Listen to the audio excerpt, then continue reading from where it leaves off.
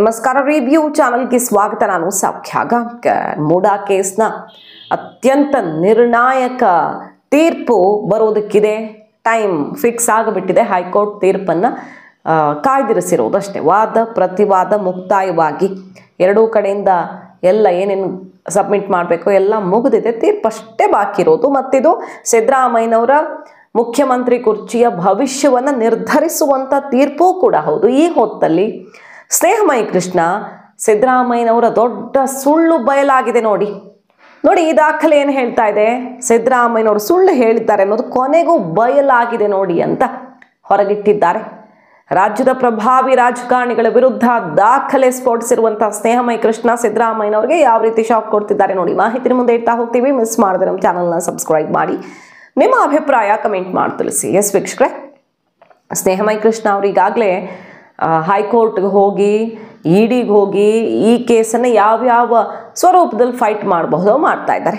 ಇಡಿಯಲ್ಲಿ ತಾತ್ಕಾಲಿಕ ರಿಲೀಫ್ ಸಿಕ್ಕಿದೆ ಮುಖ್ಯಮಂತ್ರಿಗಳ ಪತ್ನಿಗೆ ಮತ್ತು ಭೈರತಿ ಸುರೇಶ್ ಅವರಿಗೆ. ಯಾಕಂದರೆ ತಕ್ಷಣಕ್ಕೆ ಹಾಜರಾಗಬೇಕು ವಿಚಾರಣೆಗೆ ಅಂತ ಹೇಳಿದರು. ಬಟ್ ಕೋರ್ಟ್ಗೆ ಹೋಗಿ ಅವರು ಪ್ರಯತ್ನ ಮಾಡಿದ್ದಕ್ಕೆ ಈಗ ತಾತ್ಕಾಲಿಕವಾಗಿ ಸ್ವಲ್ಪ ಸಮಯ ಸಿಕ್ಕಂತಾಗಿದೆ.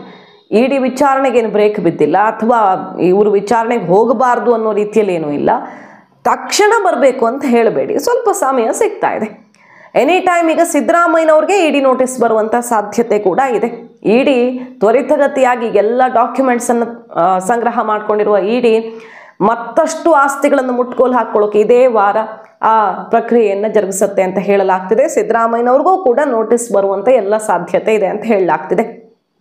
ಈಗ ನೋಡಿ, ಸ್ನೇಹಮಯಿ ಕೃಷ್ಣ ಅವರು ಒಂದು ವಿಚಾರವನ್ನು ಇಟ್ಟಿದ್ದಾರೆ. ಸೋಷಿಯಲ್ ಮೀಡಿಯಾ ಮೂಲಕ ಹಂಚಿಕೊಂಡು ಓಪನ್ ಚಾಲೆಂಜ್ ಹಾಕಿದ್ದಾರೆ. ಸಿದ್ದರಾಮಯ್ಯನವರೇ, ದೇವನೂರು 3ನೇ ಹಂತದಲ್ಲಿ ನಿವೇಶನ ಲಭ್ಯ ಇರದ ಕಾರಣಕ್ಕೆ ಸಮಾನಾಂತರ ಬಡಾವಣೆಗಳಲ್ಲಿ ನಿವೇಶನಗಳನ್ನು ನೀಡುವಂತೆ ಮನವಿ ಮಾಡಿಕೊಳ್ಳಲಾಗಿತ್ತು ಅಂತ ನೀವು ಹೇಳ್ಕೊಂಡಿದ್ರಲ್ವ, ತಮ್ಮ ಅಧಿಕೃತ ಎಕ್ಸ್ ಖಾತೆಯಲ್ಲಿ ಹೇಳ್ಕೊಂಡಿದ್ರಿ ಅಲ್ವಾ. ಆ ಟಾರ್ಚ್ ಕಥೆ ಎಲ್ಲ ಇತ್ತಲ್ಲ, ವೈಟ್ನರು ಟಾರ್ಚ್ ಹಿಡಿದು ತೋರಿಸಿದ್ದು ನೋಡಿ. ಅಲ್ಲಿ ಏನು ಬರೆದಿತ್ತು, ಈಗ ಇವರು ಭೂಮಿನೇ ಇಲ್ಲ ಅನ್ನೋದು ಒಂದು ಕತೆ. ಅದು ಎಲ್ಲ ಸೃಷ್ಟಿ ಮಾಡಿದ್ದು, ಪ್ರತಿಯೊಂದು ಡಾಕ್ಯುಮೆಂಟ್ ಮೇಲೆ ಆಗಿದ್ದು, ಪ್ರತಿಯೊಂದು ಕಥೆ ಕಟ್ಟಿದ್ದು ಅನ್ನೋದು ಆಯಿತು. ಭೂಮಿ ಮೂಡಾದವ್ರು ತಗೊಂಡಿದ್ರು ಅನ್ನೋದೇ ಆಗಿದ್ರು ಕೂಡ ದೇವನೂರು ಬಡಾವಣೆ ನಿರ್ಮಾಣ ಮಾಡೋಕ್ಕೆ. ಸೊ ಅಲ್ಲೇ ಸೈಟ್ ತಗೋಬೇಕಿತ್ತು. ಯಾಕೆ ವಿಜಯನಗರ ಬಡಾವಣೆಗೆ ಬಂದ್ರಿ ಅನ್ನೋದಲ್ವ ವಿಷಯ. ಸಿದ್ದರಾಮಯ್ಯನವರು ಒಂದ್ಸಲ ಬರ್ಕೊಂಡಿದ್ದು ದೇವನೂರು ಬಡಾವಣೆಯಲ್ಲಿ ನಿವೇಶನಗಳು ಇಲ್ಲ, ಹಾಗಾಗಿ ಸಮಾನಾಂತರ ಬಡಾವಣೆಯಲ್ಲಿ ಕೊಡಿ ಅಂತ ಕೇಳಲಾಗಿತ್ತು ಅಂತ. ಈಗ ನೋಡಿ ಹೇಳ್ತಿದ್ದಾರೆ, ಈ ಕಾರಣ ಇಟ್ಕೊಂಡು ನೀವು ವಿಜಯನಗರದಲ್ಲಿ 14 ನಿವೇಶನ ಪಡ್ಕೊಂಡ್ರಿ. ನಿನ್ನೆಯಷ್ಟೇ ಪ್ರಾಧಿಕಾರದ ಅಧಿಕಾರಿಗಳೇ ಅಧಿಕೃತ ಮಾಹಿತಿಯನ್ನು ಕೊಟ್ಟಿದ್ದಾರೆ. ದೇವನೂರು 3ನೇ ಹಂತದಲ್ಲಿ ಆಗಲ್ಲ, ಈಗಲೂ ಉಳ್ಕೊಂಡಿದೆ. ಸೈಟ್ ಇಲ್ಲ ಅಂತ ಬೇರೆ ಕಡೆ ತೊಗೊಂಡ್ರಿ ಅಂದ್ರಲ್ಲ, ಈಗಲೂ 370 ನಿವೇಶನಗಳು ಬಾಕಿ ಇದೆ ಅನ್ನೋದನ್ನು ಈಗ ಆ ಮಾಹಿತಿಯನ್ನು ಪ್ರಾಧಿಕಾರದ ಅಧಿಕಾರಿಗಳೇ ಖಚಿತಪಡಿಸಿದ್ದಾರೆ. ಸೊ ಯಾರು ಸುಳ್ಳು ಹೇಳ್ತಿದ್ದಾರೆ ಅನ್ನೋದನ್ನು ರಾಜ್ಯದ ಜನ ಈಗ ಅರ್ಥ ಮಾಡ್ಕೊಳ್ಬಹುದು. ಸಿದ್ದರಾಮಯ್ಯನವರ ದೊಡ್ಡ ಸುಳ್ಳು ಕೊನೆಗೂ ಬಯಲಾಗಿದೆ ಅಂತಿದ್ದಾರೆ.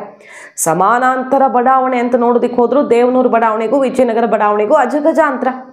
ಅದು ಸಿಕ್ಕಾಪಟ್ಟೆ ಕಾಸ್ಟ್ಲಿ. ವಿಜಯನಗರ ಬಡಾವಣೆ ಅನ್ನೋದ್ರ ಬಗ್ಗೆ ವಾದ ಪ್ರತಿವಾದಗಳಾಗಿರೋದು ಗೊತ್ತಿರೋದೆ. ಅದು ಬಿಟ್ಟಾಕಿ ಸೈಟ್ ಇತ್ತೇ ಇಲ್ವಾ ಅಲ್ಲಿ, ಇವರು ಭೂಮಿಯನ್ನು ತಗೊಂಡಿದ್ರು ಅನ್ನೋ ಜಾಗದಲ್ಲಿ ನಿರ್ಮಾಣ ಆದಂತಹ ಬಡಾವಣೆಯಲ್ಲಿ ಸೈಟ್ ಇಲ್ಲ ಅಂದರೆ ಬೇರೆ ಕಡೆ ಕೊಡೋದು ಸರಿ. ಇನ್ನು ಈ ಕ್ಷಣಕ್ಕೂ 370 ಸೈಟ್ಗಳು ಬಾಕಿ ಇವೆ ಅನ್ನೋದನ್ನು ಪ್ರಾಧಿಕಾರವೇ ಖಚಿತಪಡಿಸಿದೆ ಅಂತ ಈಗ ಸ್ನೇಹಮಯಿ ಕೃಷ್ಣ ಬರ್ಕೊಂಡು, ನಿಮ್ಮ ಸುಳ್ಳು ಬಯಲಾಯ್ತಲ್ಲ, ನೀವೇ ಹಂಚಿಕೊಂಡಿದ್ದ ಮಾಹಿತಿಯ ಮೂಲಕವೇ ಬಯಲಾಯ್ತಲ್ಲ ಅಂತ ಸಿದ್ದರಾಮಯ್ಯನವರು ಆವತ್ತು ಟ್ವಿಟರಲ್ಲಿ ಹಾಕ್ಕೊಂಡಿದ್ದು ಎಲ್ಲ ವಿಚಾರಗಳನ್ನು ಬರೆದು ಸೆಟ್ ಹೊಡೆದಿದ್ದಾರೆ. ಇನ್ನು ಸ್ನೇಹಮಯಿ ಕೃಷ್ಣ ತಮ್ಮ ಮೂಡಾ ಅಕ್ರಮದ ವಿರುದ್ಧದ ಹೋರಾಟವನ್ನು ಮುಂದುವರಿಸ್ತಾ ಇದ್ದು GT ದೇವೇಗೌಡರಿಗೆ ಶಾಕ್ ಕೊಟ್ಟಿದ್ದಾರೆ. GT ದೇವೇಗೌಡರ ರಾಜಕೀಯ ಹೊಸ ಲೆಕ್ಕಾಚಾರಗಳು ಇದರಿಂದ ತಲೆ ಕೆಳಗಾಗಬಹುದು ಅನ್ಸುತ್ತೆ. ಯಾಕಂದ್ರೆ ಅವರು ಕಾಂಗ್ರೆಸ್ನ ಕಡೆಗೆ ಹೆಜ್ಜೆ ಇಡ್ತಾ ಇದ್ರು. ಈಗ ಈ ಮೂಡಾ ಬಾಂಬ್ ಸಿಡಿದಿರೋದ್ರಿಂದ ದಾಖಲೆ ರಿಲೀಸ್ ಮಾಡಿದ್ದಾರೆ, ಫೋಟೋಸನ್ನು ರಿಲೀಸ್ ಮಾಡಿದ್ದಾರೆ. ಸ್ನೇಹಮಯಿ ಕೃಷ್ಣ ದೂರನ್ನು ಕೊಟ್ಟಿದ್ದಾರೆ. ಸೊ ರಾಜಕೀಯ ಲೆಕ್ಕಾಚಾರಗಳನ್ನು ಸ್ವಲ್ಪ ದಿನಕ್ಕೆ ಹೋಲ್ಡ್ ಮಾಡೋದಕ್ಕೆ ಇದು ಕಾರಣ ಆಗಬಹುದೇನೋ.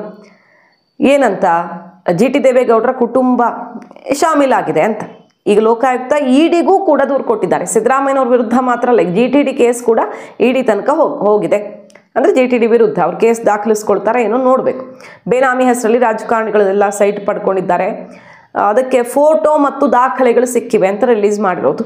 GTD ಹಾಗೂ ಅವರ ಮಗ ಕೂಡ ಬೇನಾಮಿ ಆಸ್ತಿ ಮಾಡಿದ್ದಾರೆ. GTD ಅಕ್ಕನ ಮಗನ ಹೆಸರಲ್ಲಿ ಬೇನಾಮಿ ಆಸ್ತಿ ಆಗಿದೆ, ಸೈಟನ್ನು ಪಡ್ಕೊಂಡಿದ್ದಾರೆ.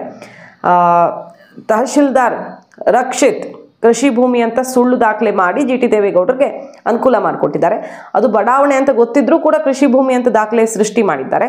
ಮುಂದೆ ಅದೇ ಭೂಮಿಯನ್ನು ಮೂಡ ವಶಪಡಿಸ್ಕೊಂಡಿದೆ ಅಂತ 50-50 ಅನುಪಾತದಲ್ಲಿ ಸೈಟನ್ನು ಪಡ್ಕೊಂಡಿದ್ದಾರೆ. ಸೇಮ್ ಸಿದ್ದರಾಮಯ್ಯನವರ ವಿರುದ್ಧ ಇರೋ ಥರದ್ದೇ ಆರೋಪ ಇದು.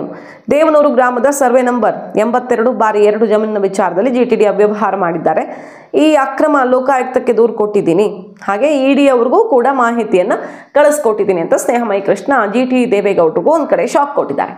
ಮತ್ತೊಂದು ಕಡೆ ದೊಡ್ಡ ದೊಡ್ಡ ಪ್ರಭಾವಿಗಳ ಬಣ್ಣ ಈಗ ED ರೇಡ್ ಮಾಡಿ ಮುಟ್ಟುಗೋಲು ಹಾಕ್ಕೊಳ್ತಿದೆಯಲ್ಲ, ಅದರಿಂದ ಬಟಾ ಬಯಲಾಗುತ್ತೆ ಅಂತ ಹೇಳ್ತಿರೋದು.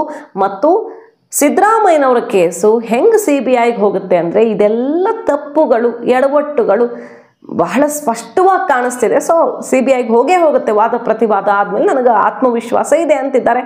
ನೋಡಬೇಕು, ಘಟಾನುಘಟಿಗಳ ವಾದ ಆಗಿದೆ. ಅಭಿಷೇಕ್ ಮನು ಸಿಂಘ್ವಿ, ಕಪಿಲ್ ಸಿಬಲ್, ಈ ಕಡೆ ಸ್ನೇಹಮಯಿ ಕೃಷ್ಣ ಪರ ಬಹಳಷ್ಟು ದಾಖಲೆಗಳನ್ನು ಸಬ್ಮಿಟ್ ಮಾಡಿದ್ದಾರೆ. ಸೊ ಕಾದ್ ನೋಡಬೇಕು ಕೋರ್ಟ್ ಯಾವ ರೀತಿ ತೀರ್ಪನ್ನು ಕೊಡಲಿದೆ ಅಂತ.